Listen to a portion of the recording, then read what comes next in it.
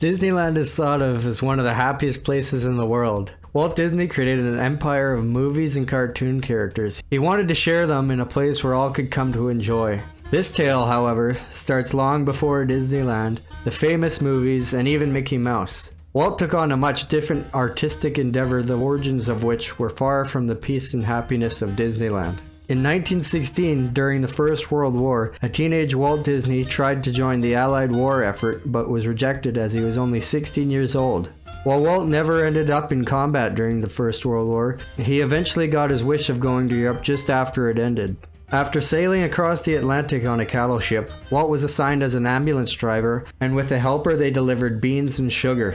While in a snowstorm, their truck broke down and his helper set off to find help while Disney stayed by the truck using a railroad watchman's hut for shelter. After 2 miserable days of waiting for his helper, Disney left the truck behind and headed for town and had a hot meal and slept in a real bed. When he returned in the morning, the truck had vanished.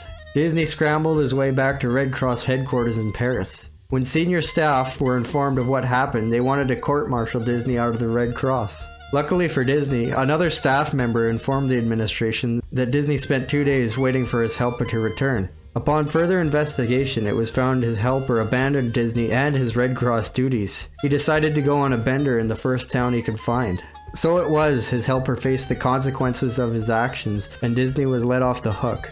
After this ordeal, Disney's artistic side had started to show as he made a name for himself, painting the cloth canopies of Red Cross trucks and the back of his comrades' leather jackets with the French Croix de Guerre. Word of this artist within the ranks soon reached another serviceman named Cracker. Cracker knew of a supply cache of German steel helmets nearby and had Walt paint the iconic camouflage scheme used by the German army near the end of the war. These painted helmets were a hot commodity as Allied troops flooded into France after the war, as they were thought to have been worn by famous and elite front-line guard and stormtrooper units. After Cracker had Disney paint all of these helmets, he lined them up and shot each of them.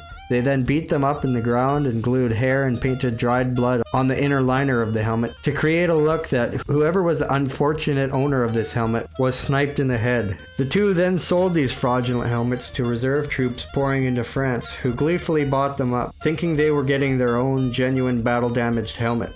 No one knows how many of these fabled helmets were made, but it was enough that they made a decent amount of coin to send back home, according to Walt. It's certain Walt and Cracker weren't the only two to come up with this scheme, but nevertheless it's an interesting thought that somewhere out there, after all these years, an unknowing owner may have acquired a helmet from a young no-name Red Cross worker, who would later on become one of the biggest names in entertainment history.